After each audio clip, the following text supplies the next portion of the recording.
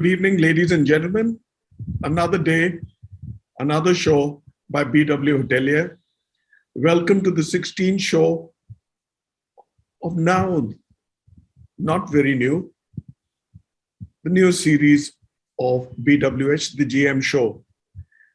We are now back to the north with our 5th show there. And honestly, that is not enough. Coming week, we will have 2 shows away in our journey to the 4 more shows in our journey to the closure of the series with another show for the north.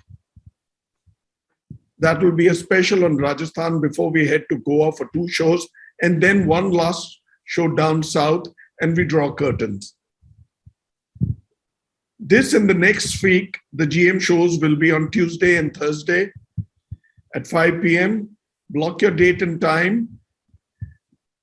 The topic of this show today is Bleisure. We're still trying to give it a name, Bleisure, Bleisure, Blair, right? Blending business and leisure, big opportunity beckons. I have a very august group of general managers today, very experienced, who've spent a lot of time in the industry.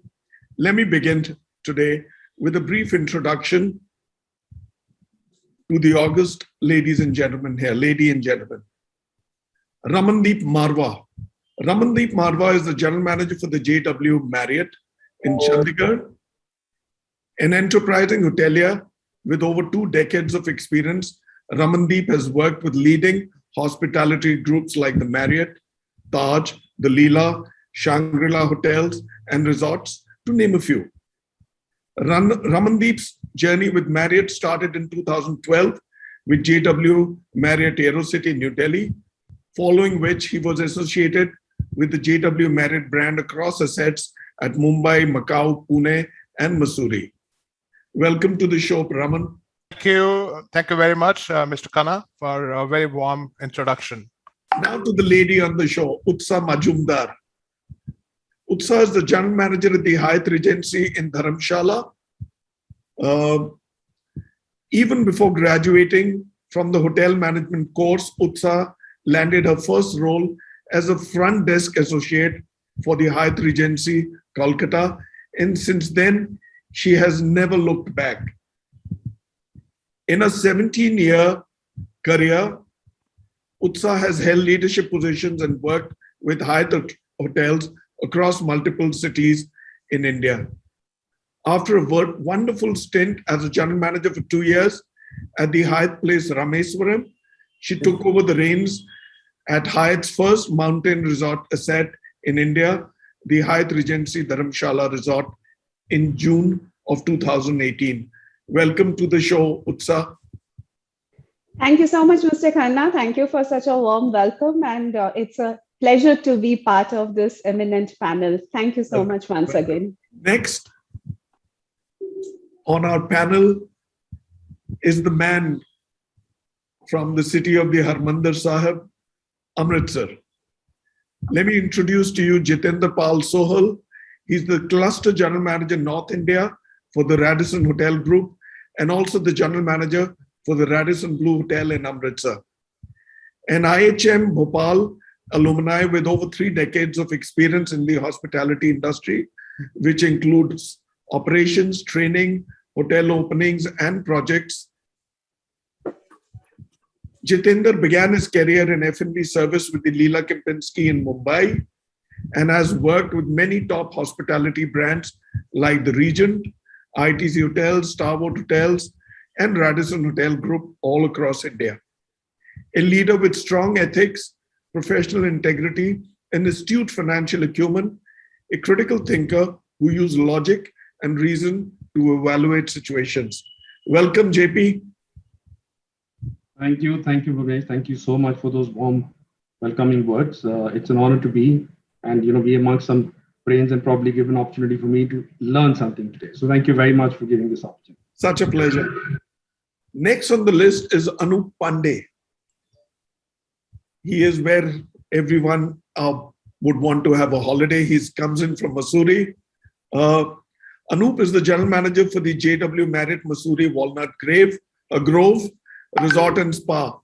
With over 15 years of multicultural experience and expertise in a variety of hospitality departments, from front office to F&B, rooms division, and beyond, Anoop has swiftly moved up the ranks across a myriad of brands and hotels.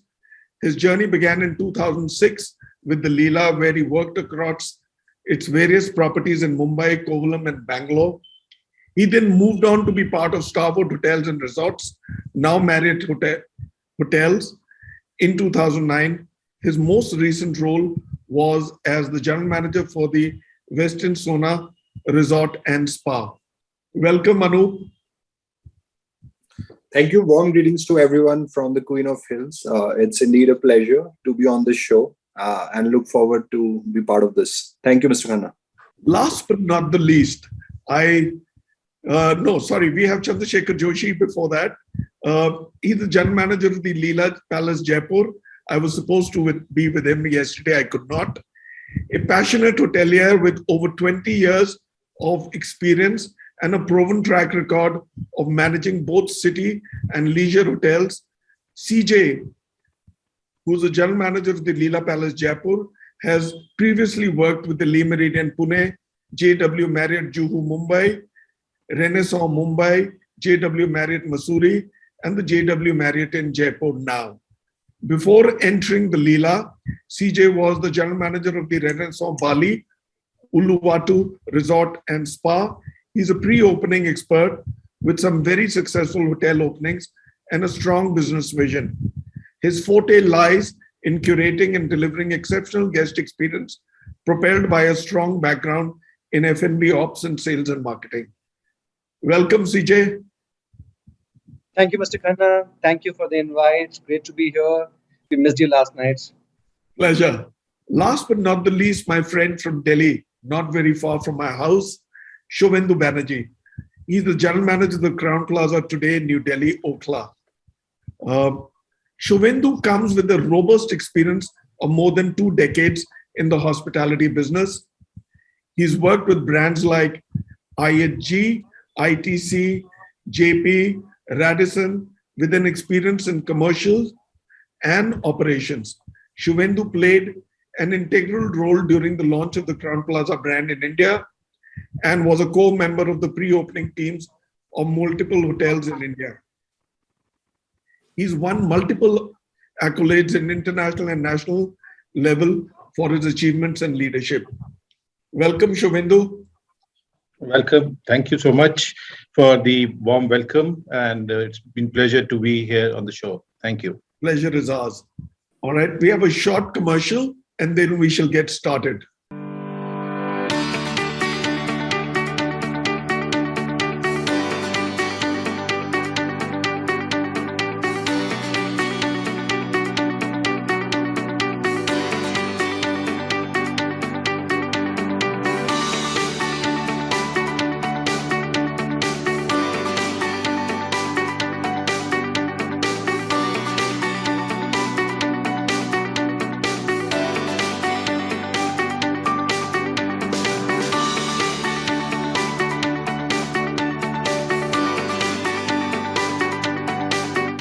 Bleisure, blending business and leisure, a big opportunity beckons.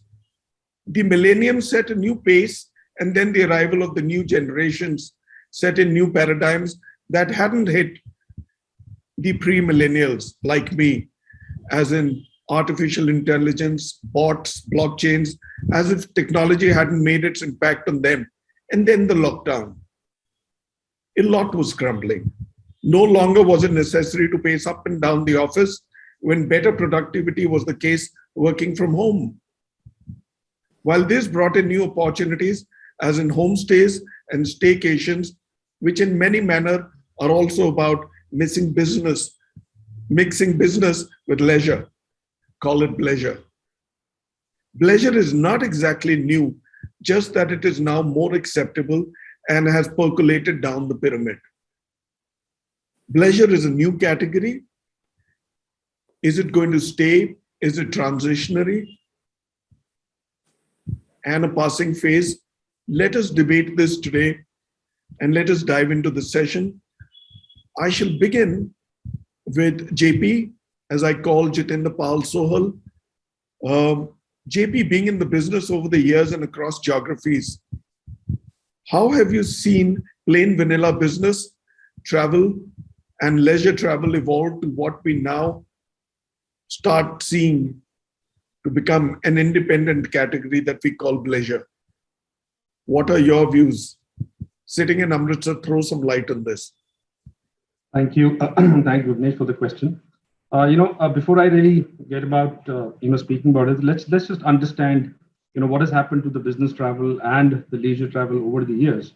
So if we look at what exactly used to be a conventional business travel used to be the person is coming to a particular place, comes there, stays in a hotel. Either he's there to make a deal or he's there to, kind of finish up some work. And then probably the same evening, if there is a deal cracked, enjoy a bottle of champagne with those people, celebrate, and next morning take a flight and go back. What was his requirements? The requirements was, I need good sleep, I need a good shower, I need a good quick breakfast. This is what exactly was the requirement of a corporate traveler. And when we used to look at a conventional leisure traveler, it used to be basically a planned leisure, probably a couple or a group of friends going over a weekend, or maybe, it's children's holidays and stuff like that. And you plan a vacation and you go and hop from one place to another place. That's exactly what the conventional leisure and corporate used to be. But like you rightly pointed out sometime back in the introduction, that, on the onset of COVID, when the pandemic came in, I think a lot of realizations started coming that you don't really have to be in the four walls in an office to be productive. And that's where, the whole marriage between the business and the leisure started happening when people got the realization of what exactly can be done. And like rightly, it is the millennials who have understood this better than anybody. They are the ones who are actually driving this particular segment. Now, what is it that, why is it important? Because for millennials, unlike, the previous generations, work-life balance is the most important thing, So in order to have a better work-life balance, connecting business and leisure was probably the best thing to do. And yet, let's not forget that millennials are far, far smarter than, what people used to be earlier. Now, it's like, what better can be done, that you kill two birds with one stone? You not only just go and, spend time on doing your job, but you're also having leisure at the same time. And it is very experiential in nature for them. They're smart people, not only they are, we all know that there is a lot of work that we do today. And with millennials also, they're really working hard every single day. So they don't really have time to plan, kind of vacations and all. So why not marry? So that is where, and millennials like to combine things, they kind of like to come and talk about acronyms and so on and so forth. So I think not only they save on cost of an extra trip, very smart financially also. So they are kind of, either they would come, finish their work and extend for another day or two to stay, to understand, to enjoy the place. What does the place have to offer? Maybe culinary, maybe history, maybe, the gastronomic route or anything that might experience, give them that kind of an experience. That is where the Bleisure is. And I think this segment is here to stay. And probably the hotels will have to, in the times to come, or in fact, they've already started doing it. The hotels have to be suited to their needs. So those are my 2 cents on this, Bhuvanesh.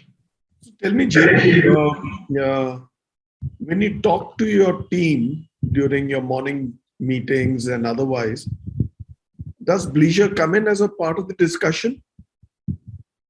Yes, it is. Yes, it is. It is not something that was there earlier. Like I said, if you look at the advent of this particular segment, when we saw the first wave that came in, it was not really there as a point of discussion. I think we started seeing then post the second wave and very strongly post the third wave. So it is very easy. You can spot the guy very quickly, a person, and there are telltale signs. For example, I was at our hotel in Shimla the other day, and it's very easy to actually just figure out who the Bleisure traveler is going to be, and that's what we talk to our people in the meeting to tell them how to spot a Bleisure traveler. You would probably find the person has had his breakfast, he picked up his laptop and sat outside his balcony. Probably he's having a cup of coffee, and if it's an afternoon, it could be a mug of beer also. He's doing his calls, and probably his children are playing next to him, whether it could be a beach in Goa or it could be a mountain in location for that matter. So yes, I think what is important as of now, we are just trying to tell our people how to identify these people. And then accordingly, of course, personalization is the second part, but that is something which is very important to these millennials also. Very interesting. Very interesting. Let me now circle into Delhi and get to Shuvendu. Yeah. Shuvendu, you run a hotel in the business district, so to say, Okhla. Is Bleisure travel a growing market, or is this a short-term phenomena? What are the advantages? And if I may also ask, if yes, then can there be a concerted and actionable plan to develop the stream and take it to its so-called logical realization? Thank you so much for the question, Bhuvanesh. As Jitender was just mentioning, that this segment, which we have now realized during the pandemic, traditionally the business hotels like Crowne Plaza, Okhla, we always used to have business travelers, inbound travelers, MICE events happening in the hotel. But of late, during the COVID period, we have seen the business travelers coming in and then extending their stay for leisure travels. In and around Delhi NCR, we have obviously observed the kind of occupancy Delhi is doing is primarily because of the domestic business travelers coming and then extending their stay for the weekends. So that is one thing which in my hotel also, we are primarily a business hotel, but definitely on the weekends, starting from the shoulder period to Thursday to Sunday, we have seen that there's business travelers, those who come, they stay their weekend in the hotel, they enjoy with their family, we have leisure activities in the hotel, and we have adapted to the new changes because it's most of the business travelers, they need some kind of a leisure activity, whether it's a spa or the gymnasium or the yoga or some kind of sightseeing. So that's the kind of adaptation we have done in the hotel because that's something which is going to stay. And for my hotel, we are around 20 to 25% of business travelers we do every month. So business plus leisure is something which we see as an opportunity and which will remain as a primary segment moving forward for next couple of years because till the time the inbound starts, this definitely is going to be a bread and butter for a lot of us.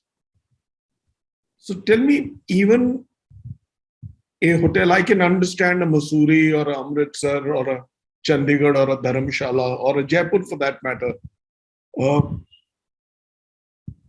me, even in the business district, do guests come in on with families for a Bleisure kind of a login?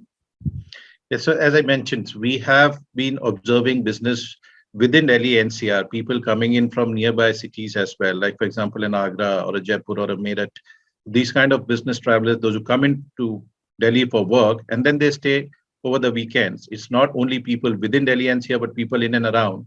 They come in and they stay in the hotels. And then as we are situated in the business district of South Delhi, we have in and around a lot of leisure activities which we can plan. So for example, a Lotus Temple for that matter, or Karni Singh Shooting Stadium. So we have those kind of tie-ups in case if they want to go out of the hotel or within the premises. Within the hotel, we have curated certain experiences for the guests, which definitely helps them to stay in the hotel and enjoy and relax on the weekends. Or the shopping district. Or the shopping district, yeah. Excellent. Thank you, Shuvendu. Let me now just shoot back to the hills, Mussoorie, to Anoop. Anoop, you're very new there, but barely a few months, but you have your hands around the asset we kept speaking and the catchment. Tell me, are cases of Bleisure more formal or informal where the family tags along? Or do clients make formal plans in advance, discuss with you or with your team, and they plan an itinerary for their stay? Perfect. Give us a sense of their planning and behavior or how they handle a situation.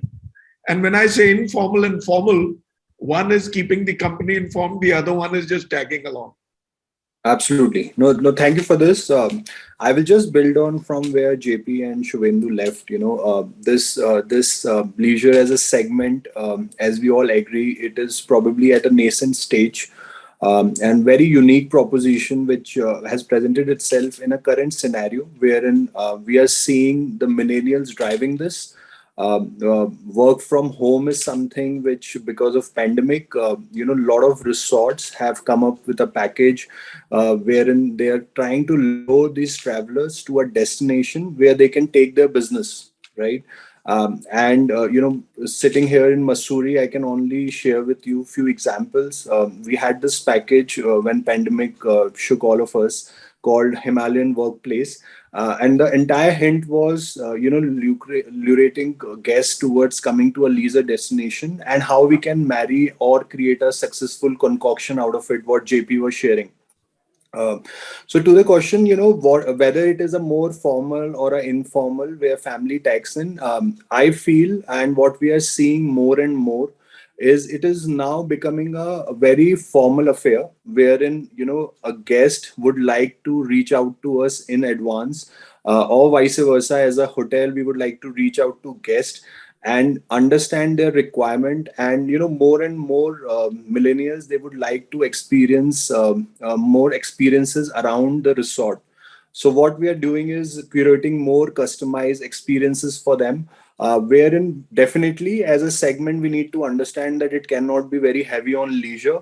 When we say curating experiences, it needs to be done keeping in mind their working patterns as well, because we cannot disrupt the working pattern. And what we see right now, as an industry, I feel that this is probably a eureka movement where most hotels will start capitalizing. So yes, it is becoming more formal, and a family tagging along is more of a passe now. And I think it's becoming a more formal affair of people curating these experiences well in advance.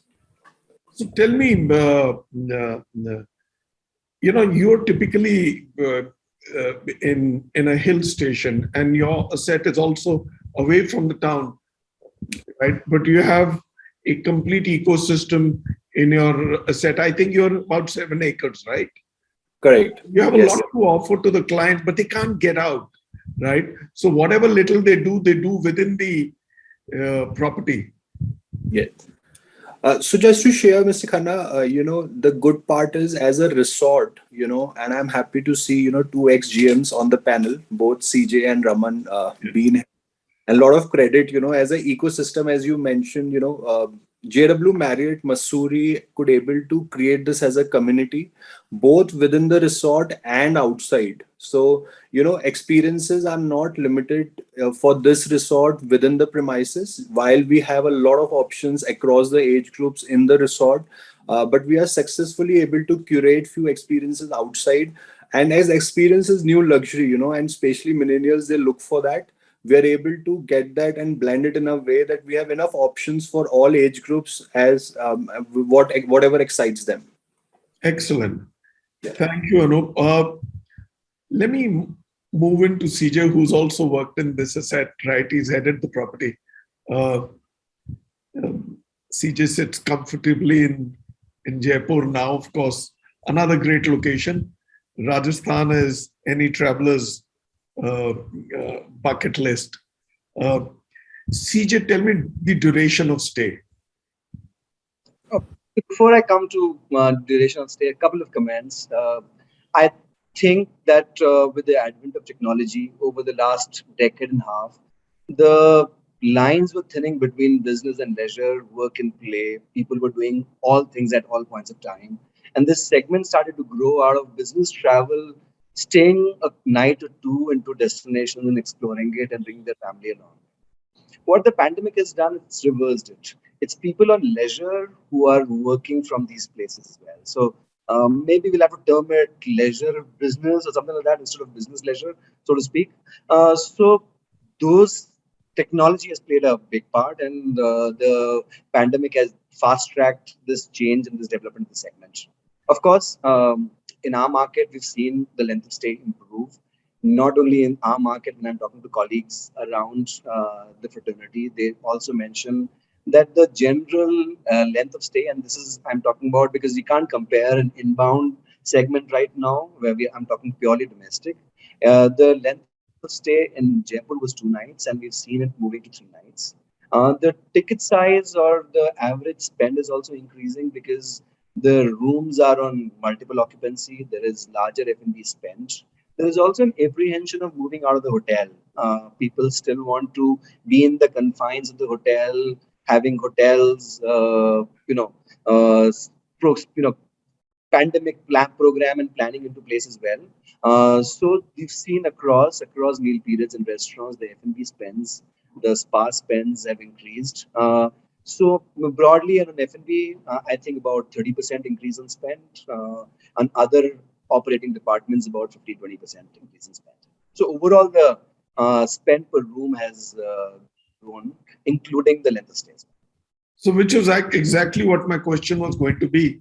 So tell me, what kind of a shift have you seen in the jump in the ticket size? So as I was mentioning, and how does it impact your overall revenue? So it's always more profitable to have a longer length of stay in terms of processing the reservation, in terms of making the rooms. Yeah, it is, but has the length actually increased? So the length, what we're seeing across market is the length of stay has increased from 2 nights to 3 nights for domestic Indian customers. So that's one. And the ticket size or the size of spend on that leisure group has increased about 70%, 50% of that coming from the length of stay, another 25% coming from other services. So tell me, would you also know who picks up the tab, the guest himself or her, or by themselves, or do they pass it on to their company? So currently, it's the guests are picking up their personal tabs. With the pandemic coming in, with their technology being in place, people could work everywhere. Kids could go to school being anywhere around the country. So it is mostly people on leisure trips who are continuing to work from hotels while the family, and we've had instances when the husband, they want separate spaces so that they can do calls like these while at work. The kids are doing their classes, and everybody gathers together at the post breakfast, at lunch at about 3 o'clock, and then the evening they are relaxing in the hotel as well. Excellent, excellent. So that gives us a good idea of what is happening. Of course, you all know the animal, the Bleisure animal, right? So yeah, excellent. So it's almost a yo-yo. I came in from Mussoorie, dipped into the desert. Now I'm flying back to Dharamshala, to Utsa.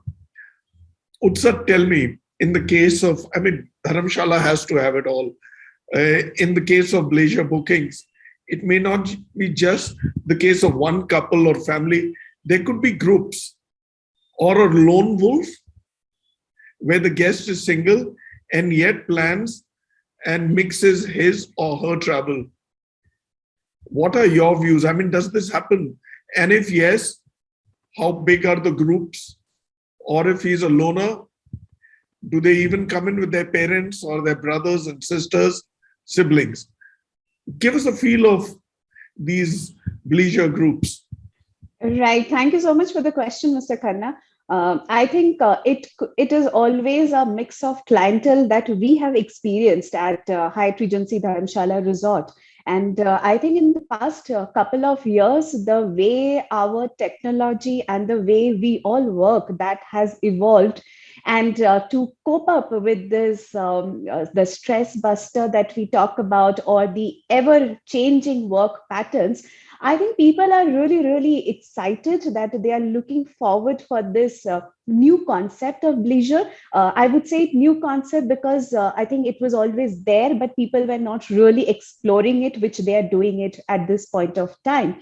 And I think it generally, it just combines a feeling of a vacation, whether you are alone or you are with your partner or whether you are with your family. And if you can still spend your own me time and you can still catch up with your work, I think that gives a sense of an achievement end of the day for everybody. Coming back to your other question in terms of us, that what we have experienced at Dharamshala is we see people group like 2 to 3 rooms. We would vary to 4 to 5 rooms also. Solo travelers, yes, a lot that we have seen. in last 2 years, and we have also experienced a lot of couple. I think picking up from what CJ just mentioned or Anoop was mentioning, we also had a lot of couple wherein both of them, they're doing their work from home or work from anywhere concept, what it has come up in last 2 years. So I think it's absolutely a mix of clientele, which is we are also looking forward for. Tell me, Utsa, do they really work? I mean, being in Dharamshala or a Mussoorie, or a Jaipur or a Chandigarh or going to Amritsar, and leave Shuvendu out of that. Do they actually work, or do they pretend they're working? Well, I would like to assume that they actually work, because if they're logging on to the calls and they have certain deadlines to meet, and of course, paying the bills for the hotel. So I would really assume that they are actually working. But as I mentioned, I think people have also, what I have experienced or what my team and myself we have experienced here, I think people have also become a lot thoughtful and mindful about what they're eating, how are they rejuvenating themselves. So at a resort like us in Dharamshala, the kind of morning walk trails that we do, or the morning yoga meditation that we focus at, I think people really want to balance out their whole this work stress life in this way. That is something which I actually wanted to ask. What percentage of these guests are actually into fitness and yoga, etc.? No, I think a lot. I mean, a lot, which is what something really, really nice and really appreciating for all of us to understand that people, when they are traveling here, I think they have this whole connect that they want to do something in midst of the nature. They want that rejuvenation to happen. And when they know that, end of the day, most of the time that they are onto the calls and they're going to get stuck in their rooms, or even they're sitting outside at the balcony with a cup of coffee, or their meals are getting delivered. But the morning time and the evening time, they really want to enjoy for themselves and they want to explore, which is a great thing for all of us. Very interesting. So I now take a crow's flight from Dharamshala to my favorite city and perhaps one of India's more organized and newest city, Chandigarh. I have a lot of family there and I love being there on the road. After Delhi, of course, it is a treat to Ramandeep, somebody who's done a lot of Marriott assets, and he's also been in Mussoorie. And he right now logs in from Goa. Is that a Bleisure visit or? No, it's a pure leisure, Mr. Khanna. well, I'm talking to you. It's a Bleisure. Yeah, no, that's good. Yeah, super. So tell me, what world-class leisure services must a hotel gear up for to be able to attract more business travelers? And do loyalty programs help support a Bleisure travel? And what are the gains for the guest and a hotel? Tell me, what are the actual demands that such stays call for in the pecking order 1, 2, 3, 4? I mean, after all, they're there, they're planning, they have to work, they have to enjoy, they have their working hours, they have off work hours. And how can a general manager really, without interfering, be part of the planning, or your team? All right. So look, in my opinion, loyalty needs to be on top of our priority list. Since loyalty is all about recognition and its benefits, it helps, the guest in getting more value upgrades, savings, instant earn and burn, what we're doing currently from their stays. And to us, we all know that benefits of loyal guest is immense. Continuity of business out of their recommendations, tend to spend time more on hotel services, etc. And lesser cost of our customer acquisition. So guests are increasingly becoming aware and discerning with the growing domestic market. We as hoteliers, I think, need to be very, very much focused on localizing our service standards to cater to their needs, so to be very specific needs. And to my opinion, I think Bleisure guests require flexibility a lot. It could be, example, having a flexible breakfast timings, comfortable arrangement to work from the room. For example, having correct furniture for them in the room, etc., to support their long hours of work in their room, in the comfort of their room. Also, in terms of efficient and attentive service with extra attention to hygiene, these days, and of course, a very reliable Wi-Fi network. I think, in my opinion, these are some examples what we probably all of us are doing, or what Bleisure guests look forward to whilst in the hotel. So tell me, Raman, do these guests come in from around Chandigarh? Do they come in from local distances? Or are there also these Bleisure guests from within Chandigarh? They say कि यार छड्डो, घर से क्या काम करना, यार JW Marriott में ही check in करते हैं, सारे करते हैं, काम भी कर लेंगे और थोड़ा enjoy भी कर लेंगे. Do you have local guys also? And how many from around Chandigarh, say from they come in from Amritsar, or they come in from Ludhiana, Jalandhar, Delhi? So I'll tell you, our source market for Bleisure guests are mostly Delhi. So about 80% Delhiites, Okay. who are just sick and tired of being in Delhi, being, maybe it's COVID or pollution or whatever you may call it. They just want to get out of the city, and and Chandigarh being the closest hit, a great accessibility, etc. So mostly 80% Delhiites, but we also have a chunk of guests coming in from Punjab. All over Punjab, from Ludhiana, Amritsar, Jalandhar, all of these cities as well. So, yeah, not so much of local. Yeah. Pleasantly surprised that Delhi contributes to about 80% Yes. of this travel. Yes. Very interesting. Yeah. Very interesting. And is the kitty growing? Well, not so much now, Mr. Khanna. We saw a great deal, in such segment, in the last about a year or so. With things are opening up now, and we've actually seen a little bit of drop in this segment. So it's interestingly sort of very, very versatile. Oh, excellent. Thank you, Raman. That was a very wholesome response. Yeah, and gives us a good idea. I shall take almost a 5 to 7 second break to introduce the next show. Salman, all right, here goes the next show. We are dipping into Rajasthan. The subject or the topic of the show is tourism in Rajasthan, challenges and opportunities for hospitality industry.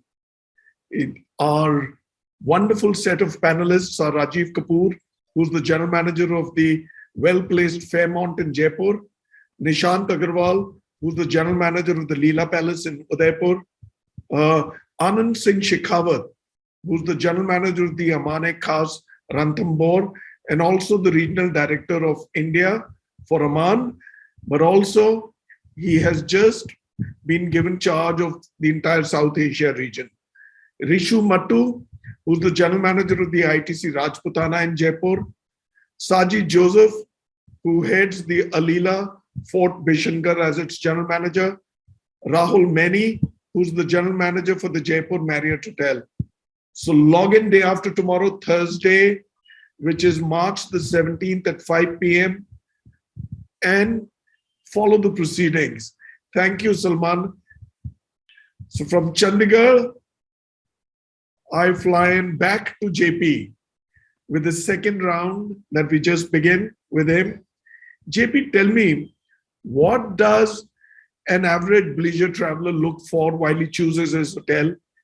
And what should a hotelier do to attract more Bleisure travelers? You have a larger field, given that the larger territory that you handle. Tell us briefly about your territory as well, and give us a feel across. Sure. Thank you.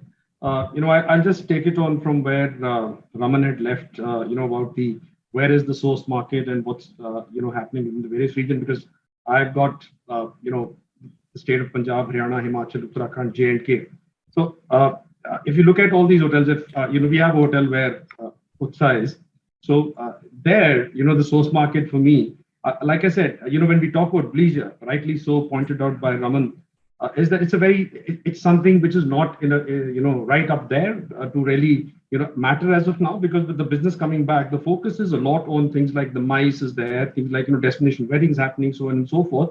So that's still the larger part of the business chunk, so to speak. But yes, the way the things are moving, and if we keep focus on millennials for that matter, I think things are going to change. I think these lines, as Chandrashekhar was saying, that they have been blurring for some time now, I think they're going to be completely blurred. It's something which is going to be kind of merging with each other with a lot of technology that is going to come into our hotels. We cannot forget Internet of Things. That's going to make a difference, because see, the hotels are now supposed to be made for millennials. It's not a conventional kind of hotel anywhere. The spaces are such. They are seamlessly intermingling into each other. And if I have to point out the recent hotel, or instead the very first Radisson Red that we opened here in India, that happens to be in in Mohali, that happens to be in my region. That is one such hotel, which is an example of what a millennial would want. You enter the lobby and suddenly you are in a place called Social Hub. So you have a pool table there. You could be sipping a beer and having a coffee, and yet you're in the lobby, and the internet is fine. There is a huge screen in front of you, which is interactive with, the tweets are coming. Everything is happening. It's all in one place. So as we move forward, I think that is what is going to be defining, and this segment will take prominence in the times to come. Definitely, yes, there are no two ways about it, but immediately it is not going to be right up there. Source market is the second thing.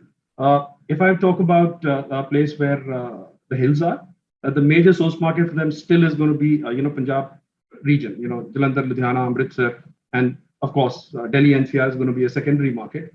For a place like Amritsar, Delhi NCR is going to be a first market, and the others are going to be a primary market. And if you talk about the J&K side of things, then again, it's a mixed bag. So that's what I would like to comment before I move further. What is it that a Bleisure traveler looks at? Now, there are a couple of things which are very important. Raman did mention, clean, hygienic hotels, especially given the circumstances of COVID, hygiene is right there, number one. And of course, even better and more important for the millennials is the high-speed, reliable internet with very nice, comfortable, seamless, casual kind of working spaces where they can do their work and yet be relaxed about it, because that's the priority for these people majorly. And what are the things that we can probably do to attract these people? We need to invest in technology. Today, it's the Internet of Things that's going to be, taking care of things. People do not want to go stand in a line for a check-in, do the entire jazz of a check-in process, and move. They want it to be snappy and quick. So we have to get into that. They don't want to physically go in the room and do a lot of things. They need to tell Alexa, please dim the lights. Alexa, please open the curtains, or reduce the temperature by 2 degrees. I think that's where things are going to move. And I think the future hotels are moving in that direction. So that's very important. Reliable, fast internet, something which is important. Then I think not only the business part, the leisure part, I think as a hotel, we'll need to really, really talk about and shout from the top of the roof that what is it that we offer you in terms of business and leisure. You need to really showcase your amenities. Advertise the things that are there around you. In the sense, if it's an Amritsar, I need to also talk about Jallianwala Bagh. I need to talk about, where is it that you can go? What is the kind of experience you will have? Or if there are some award-winning Michelin star restaurants around you, which has been, tested and tried, a little bit of what a concierge would do in a hotel. That's something we really need to talk about. Have very special kind of deals, for a business traveler who's looking for leisure, to make it Bleisure, have those deals in it. What is it that we can go? The hotels have to be creative, keeping in mind the source market from the businesses, where it is coming from, the demography of the people, whether it's a family, whether it's a children. So you need to really, kind of get into some kind of personalization, because that is also something which is very, very important for this sect of people. And we know that the business traveler would generally have a repeat stay. And that's where the loyalty comes in play, what Raman was talking about. And I think we really need to focus on that and look at, providing a loyalty wherein the business traveler is actually spending on leisure, kind of incentivize the person to spend on leisure. So it becomes more and more, the person tends to extend his stay, not just by 1 day, maybe 2 days, maybe 3 days. Amalgamation of all these things is what is required to be done to bring these people and attract them towards your property, attract them and tell them how is it that you are probably different than the competition. And at the same time, I think in the times to come, with the kind of business disruption that we follow, I think it will also make a sense that who are the right distribution channels for us? Who are the distribution channel partners that we should be to just target this particular segment? Because it's not going to be run of the mill that you use the conventional, distribution partners to sell stuff like this. So you really need to probably look at doing something like that in the future. So that's very interesting. Very quite a wholesome response. That, I mean, when you come back and revisit your response, we get a great feel. But also, your Red was also the 100th hotel for Radisson Hotel Group. Is that right? No, Red was not the 100th. Which one? We opened a hotel in Bhopal. That was the 100th. Oh, okay. And also, if and when MICE opens up, I think that'll give a far better chance for Bleisure to develop. You can say that. If one has to really talk about Bleisure in that sense, then I think it was from the MICE standpoint, it used to exist earlier also, and it was just known by the name of incentive. It was already there. It's not that it was not there. Like I said, the things are probably going to be the same, but millennials have a different way of putting it across. So that's the reason we are talking about it, and it'll definitely change a little bit in its shape and form in the times to come. Excellent. Thank you for such a wonderful response. Let me now fly back to my next door neighbor, Shuvendu. Busy Delhi. As a general manager, what is your brief when you see the Bleisure traveler? And how do you make a personal rapport that can make it worthwhile for both your hotel, your business, the guest, and the guest's family? And should it be any general manager's focus area, or do you see it just as another opportunity? Give us a feel from a general manager's management point of view. The most important thing for all of us here, and in fact for the industry, is to understand the clientele first, the kind of people who are coming for business and leisure. It is the connect which we need to build as a hotel, and as the hotel team has to first of all build up the connect with the team, with the guest, to understand what are their requirements. How do we connect with them? What is their requirement? How do we adapt to what they're asking for, and what is their requirement? And then based on that, we change our angle of the camera, and then we start catering to their requirements. That is the most important thing, what we need to look at for business and leisure. First and foremost is, I think we need to own our guest. We need to understand the guest. We need to own the guest. We need to have in the front office as well as the senior leadership team of the hotel to understand the guest experience, what exactly the guest is looking for. I think that is the most important thing. One point of contact for the hotel when they're asking for something in the leisure, whether it's for front office or for F&B or something outside the hotel. One point of contact is very important. We also need to understand the guest itinerary. What do they want when they're in the hotel? When they're in the hotel, what's their working hours? Usually every business traveler, after their work, they have 3 to 4 hours for leisure. So what do they look at, and how do we customize is the most important thing, and how do we capitalize and look at Bleisure as an opportunity for all these guests. Then comes, I think, the business requirements. When they're checking into the hotel, from pre-check-in, what exactly do they need? But like the other colleagues mentioned, I think most important is the internet connectivity, the technology, what they're looking at when they are in the hotel. That is the most important thing, because once they are in the hotel, their business purpose of the visit is business plus the leisure. So that has to be catered first. Understanding the profile, where they're coming from, what do they need for leisure. I think it is important that we understand what kind of a cuisine do they need, what kind of cultural events in and around the hotel, or maybe some food promotions happening in the hotel. How do we engage them within the hotel when they're in the hotel? I think wellness also plays a very important role when they are in the hotels. What kind of packages do we have in the hotel? How do we how do we create those packages and moments for the guest as an experience? These are a couple of things. Then the in-house experience of the guests when they're in the hotel. For example, a cultural event happening in the hotel, or maybe you can say a massage in the spa, or maybe a shopping tour for the hotel, from the hotel to the shopping place. These are a couple of things which we need to look at. And to the next question, what you asked, the focus area for the general manager, I think we as a brand, Crowne Plaza, stands for we are mostly business. We do what we do in business, but now we are adapting to business plus leisure to understand how do we change the gear and look at how do we cater to these requirements of these millennials as well as these leisure travelers. Anoop, what in your view are, I'm now going to talk hard-nosed revenue parts. After all, we are in the business of course, delivering well for the brand, right? But we also have to bother about the billing, right? The revenue part of it. Tell me, what in your view are the more sell opportunities when a plain Jane or say a vanilla business visit becomes a bleisure visit? What are your opportunities for just billing for room? Because breakfast is going to be with the package. Right. What opportunities are?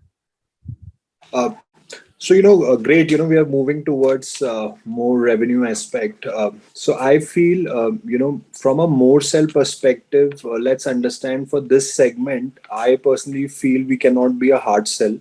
It's extremely important. We need to understand the trip persona of the guest because, with more experience laden properties like ours, it becomes a strategic move how we should not completely lose focus on the business perspective of the guest. At the end of the day, we also need to understand that the person who's there at the resort or hotel has to conduct business as well. So 2 points. I feel any hotel or resort who will be focusing on a lot of local experiences is something which can create a more sell opportunity. As we discussed, most of the panelists have agreed that this segment is driven by millennials and they look for more experiential travel. For them, experience is something which define or demarcate a good and a great hotel. So a lot of focus on local experiences. Other thing which Utsa brought, during the discussion is around wellness. More and more reports we read these days. Let's accept and agree. Wellness is new luxury, and when we talk about wellness, it's not just regular, spa or a yoga session. I think it's much more. And what we are seeing, as CJ was mentioning, as the ticket size. In terms of our length of stay increasing, I think people are looking for more meaningful wellness experiences. So from a more sell perspective, Mr. Khanna, I would say that how a resort or hotel can add to local experiences and to wellness. I think those are something which we can look into because rest our experiences, be it unique dining or anything which is to do with engaging guests over dining. I feel we all have done that enough. So local experiences and wellness to me. Excellent. And very interesting. Yeah, you have to do it very subtly. Exactly. So, and a whole part of this, not just a lot of it, is actually pre-stitched when the guest actually books his travel and stay. Very interesting. Let me go back to Jaipur with CJ. CJ, tell me, do you throw in any goodies as added parts for a guest's family and group, like excursions, outings like trips to the market, tourism spots? You have a whole lot of them. And does this help and also help make a lasting connect and help the ticket and loyalty? From my hotel's palace positioning, which is luxury and true Indian luxury, a customer is looking out for value proposition. I'm going to come to the value proposition. I don't think a price is that big an indicator or that big an issue, at least in that space.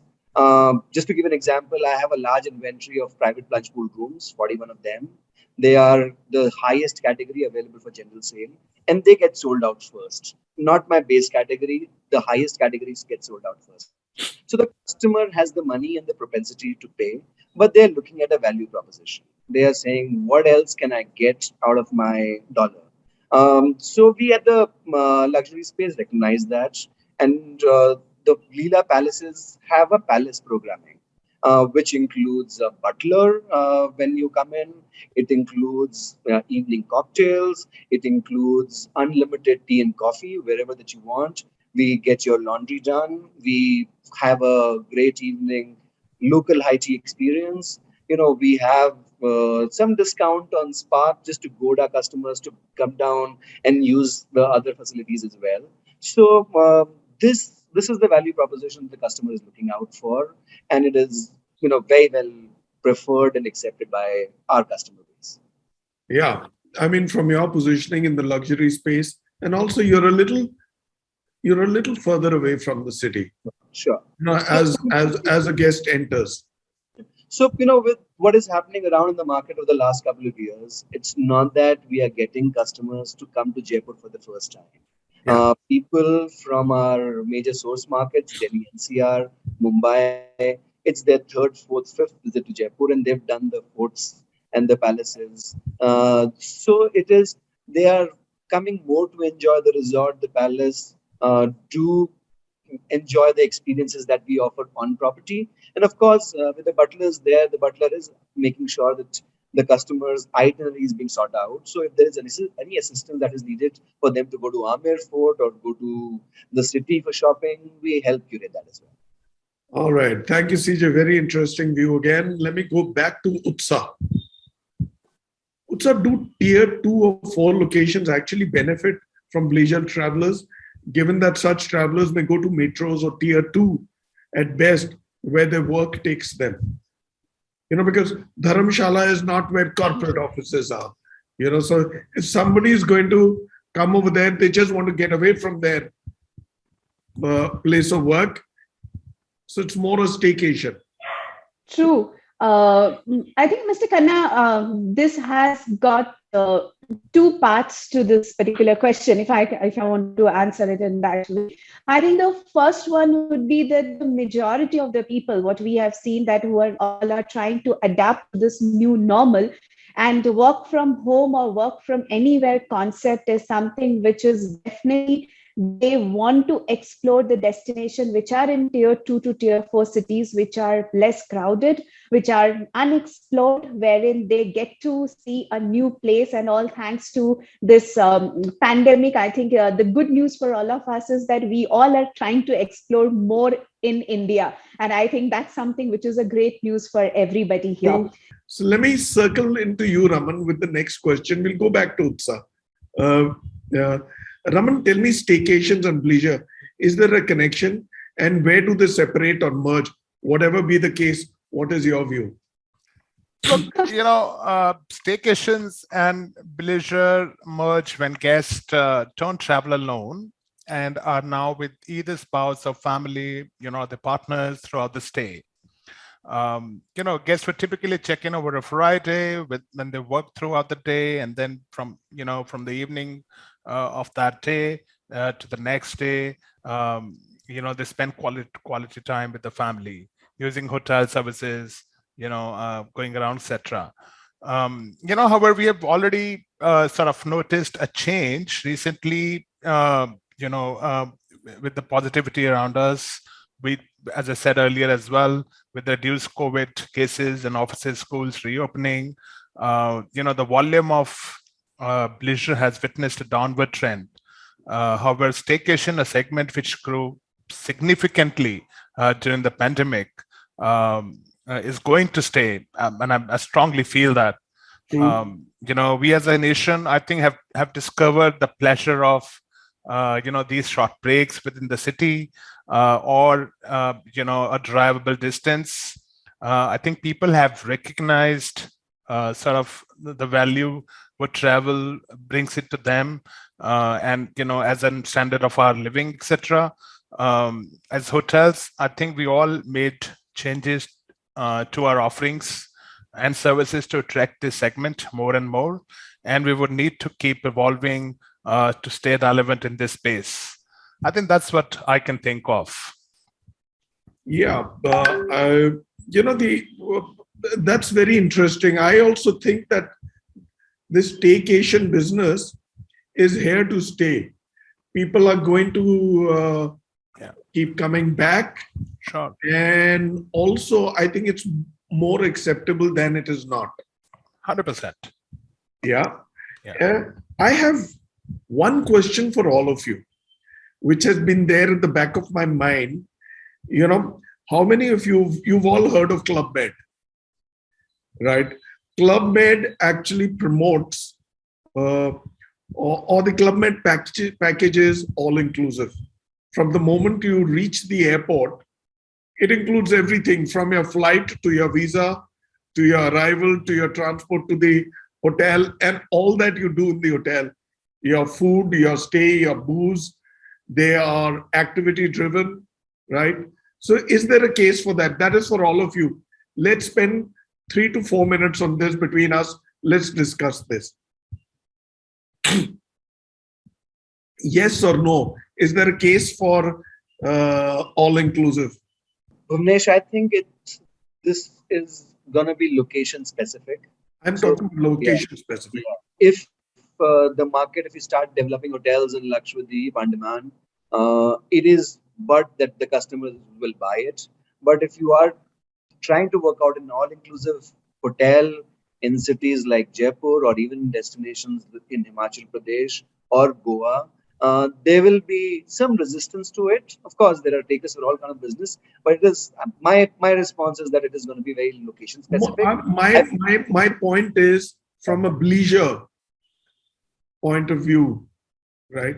If you see a Bleisure traveler and he or she are there with family and they're there for a week, I'm absolutely sure that if the customer is coming for Bleisure, an all-inclusive hotel package will work out, because they don't want to spend time thinking about what needs to be done, where they need to spend, and want to maximize both their business and leisure activity and not spend time on decide what to do. So let me now go to JP, Raman, Anoop, right, Shuvendu and Utsa. Okay, Bhuvanesh, I'll come in here if that's okay. I think one thing which just CJ said, that it will be very location specific. I completely tend to agree with that. And I also feel, that it probably, all-inclusive package and the example that you were taking from the Bleisure standpoint, I think it will be very niche, if you ask me, on a very high-end luxury kind of a property where people would probably go and, do stuff like that, not for, the regular hotel business that we are talking about. I think it may not really, you may not have too many takers for that in that segment per se. But yes, if you're talking about a niche segment, then probably yes. And in that case, I echo what CJ said, that people would not like to waste time on deciding what they need to do, because that's not the concern. Money is not the concern for them. So hence, it's going to be location specific, very, very niche. And to the best of my knowledge, I think it's going to be into the luxury space. I also tend to agree with what the other two gentlemen said, and I feel that India as a market is a bit premature for this space, and if at all it has to happen, it will happen only in luxury space, which definitely has some potential for sure. But I think it may take time to evolve. As as we all know, it's only catching up in US, it's just coming up in US mostly. But I think as a market, India, we would have to wait for some more time to sort of. So you were saying early days. It's early days, yeah. No, I think I definitely agree with what my colleagues are mentioning, because we did try over here as well, especially targeting this Bleisure market and getting into this all-inclusive and all. However, we did not see much of response, even when people are at Bleisure. Of course, the breakfast and lunch are definitely in the resort, but then at that point of time, dinner, they want to keep it something either very simple, or they want to step out and they want to explore some local cafes and all, which are very, very close proximity. So I think definitely destination or location specific, and maybe we still have more time or more opportunity to look at it in near future. But right now seems a little bleak at this point of time. This seems more like a landslide opinion. Anoop and Shuvendu? No, I think we need to curate a full ecosystem around it, because if we really have to have an all-inclusive package for a hotel or a resort, we need to see how we can blend a lot of experiential stuff, whether it is related to the local culture or around wellness. As we see most of these all-inclusive resort in Maldives, a destination like that, they have Michelin star chefs coming in. So probably, for our country, we have to develop this whole ecosystem where we have few, food pop-ups happening, where we can really meaningfully engage guests if they are with us for 3 to 4 days, and how we can bring outside inside the resort. I think that's where we have to build an ecosystem, and that will make probably this proposition a successful one. I would say I would agree to a lot of points what the colleagues mentioned. I think yet to see this kind of a trend coming for all inclusive. Reason being, for example, Crowne Plaza Delhi is being more of a business hotel, and the business travelers, when they come into the hotel, probably their length of stay in last 1 or 2 days, they decide on their extension. So it depends on case to case basis. I think it's yet to say that, yeah, we do not have that kind of a trend that we can say that all inclusive works. But yeah, it's at a very nascent stage. Probably moving forward, we'll have a better clarity how to go about it, and then maybe create some packages, because the international travels are now opening. So hopefully the business travels picks up. So let us. Good. That's a very clear no. It's early days. Let's wait. Let us see. Or is it a case of who bites the bullet first, right? So let somebody start, and then वो हिंदुस्तान में तो trend होता है ना, एक ने शुरू किया तो सारे लग गए. So let's see. Very interesting debate we've had. Very good session. And excellent views coming from all across. We had Delhi, we had Amritsar, we had Chandigarh, and then we had the desert and the hills, right? So good view, very interesting session. We shall have you come back. Thank you for being there, Utsa. Raman, all the way from Goa during your vacation. Good you spared time for us. I'm obliged. Thankfully, I was carrying my white shirt. So that's, I mean, a general manager coming in without a jacket and a tie is something they can't even imagine life without a tie. So thank you, JP. Been a pleasure being with you on the show. CJ, Anoop, Shuvendu. Before I go away, let me once again introduce our next show day after, Thursday, the 17th of March, 5 p.m. We are now going to be only talking Rajasthan in that show. Tourism in Rajasthan, challenges and opportunities for the hospitality industry. All right. Thank you, ladies and gentlemen.